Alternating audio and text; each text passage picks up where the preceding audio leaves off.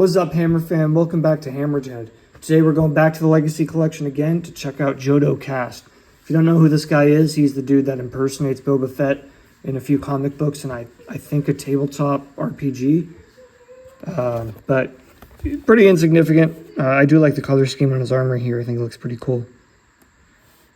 And I think they did a good job of making him look like he's trying to look like Boba Fett without actually getting it correct. So that's a nice touch. The picture here, though, does look a lot more like Boba Fett. BD-18, Jodo Kast. Wearing Mandalorian armor, this cunning and ruthless bounty hunter lets everyone assume he is Boba Fett to take advantage of Fett's notorious reputation. Unfortunately, the real Boba Fett is not flattered by Kast's impersonation and intends to stop him. And spoiler alert, he does stop him.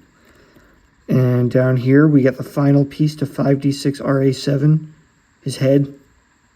So that's pretty exciting. We'll get to finish that guy. Let's take a look at this dude. So here he is out of the box. I do think he looks really cool. You might notice I have him posed pretty awkwardly. And that's because he has nightmarish articulation, because they used the Saga Collection Boba Fett mold for this guy. So if you aren't familiar with the Saga Collection Boba Fett, it looks pretty cool, but he's got this fun action feature where you push in the rocket up here, and he's got like a quick draw action, which actually works pretty decently, but you can't really get him to hold the blaster with two arms. So he's just lifting it up with one and then throwing his other hand in the air for some reason.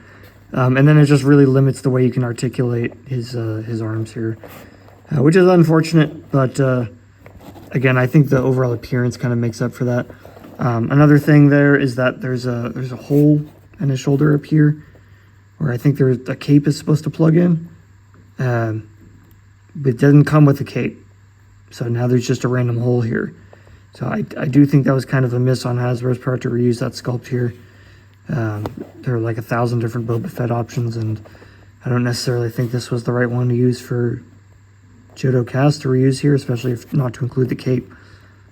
But anyway, moving on from that. Only accessory comes with is the blaster, which looks pretty decent. There's actually some cool like artistic detailing on the buttstock of it. It's a little thin, so you see mine's a little warped. I'm sure that can be, bent back into place. But not as good as the other blasters we've seen coming with the Legacy Collection figures we reviewed lately. Other than that appearance, he's amazing. I think the paintwork is fantastic. The yellow really, really pops. There's some cool weathering on the armor. Some nice detailing with the decals there. Nice little Mandalorian insignia. I like this sort of teal on his jetpack here. And then again, you can see there's a sort of holes here where you can put in flame effects if you have them from another figure. And then other than that, just the flight suit underneath is pretty nice. Interesting paintwork on it. It's not all just one color. It's like a dark gray with some like silver accents on it, I think, just to make it look weathered and ruffled. And then kind of cool looking boots here. So looking past the like really bizarre action feature, I think the guy looks really, really awesome here. Hey, you're wanted by the Empire. Put him up. Pew, pew, pew. Look at the rest of his articulation. It's, it is what it is. He's just got a swivel head, which on mine is really loose for some reason. But I think it looks pretty decent when he turns it. And he's just got these really, really loose swivel arms or shoulders and elbows. Nothing in the wrists. Again, you're not really going to be able to get much use out of these arms posing wise, because they're kind of stuck the way they are to make this action feature work. Then there's swivel waist here. It's underneath the belt, it looks like. And then we got these ball knees that go about 90. You gotta really want it. And then pretty solid range of motion in the ankles here. So he is awkward to pose. Swivel hips here. I forget if I said that. He is awkward to pose in the upper body, and then the lower body is got like this power stance here, which is kind of annoying. But you can stand him up okay. He's not like toppling over or anything, so, you know, it could be worse. And now the moment we've all been waiting for, the completion of 5D6-RA7. So in this one, we get his head. Look at that.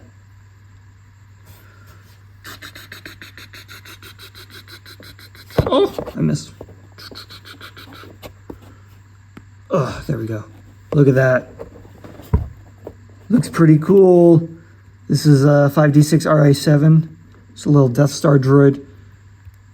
All in all, I actually am pretty happy with this guy. I really like the sort of shiny black color they went with. But then there's also some solid detailing in the circuits here and wires. It looks really cool. I think the arms might be a slightly different shade than the torso. Maybe it's just me. But, you know, it's not that bad.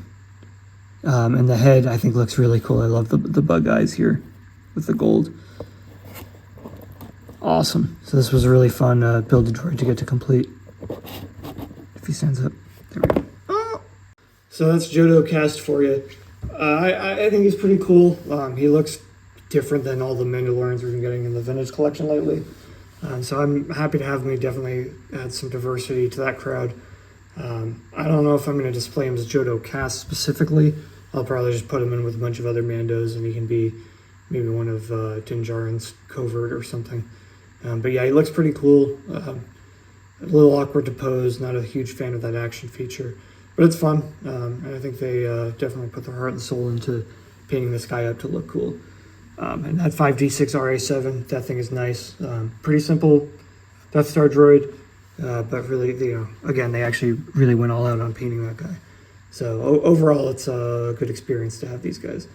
But let me know what you think in the comments. As always, thank you to my Patreon subscribers. Be sure to follow on YouTube, Instagram, and Facebook. Check out the Patreon page, and don't forget, stay hammered.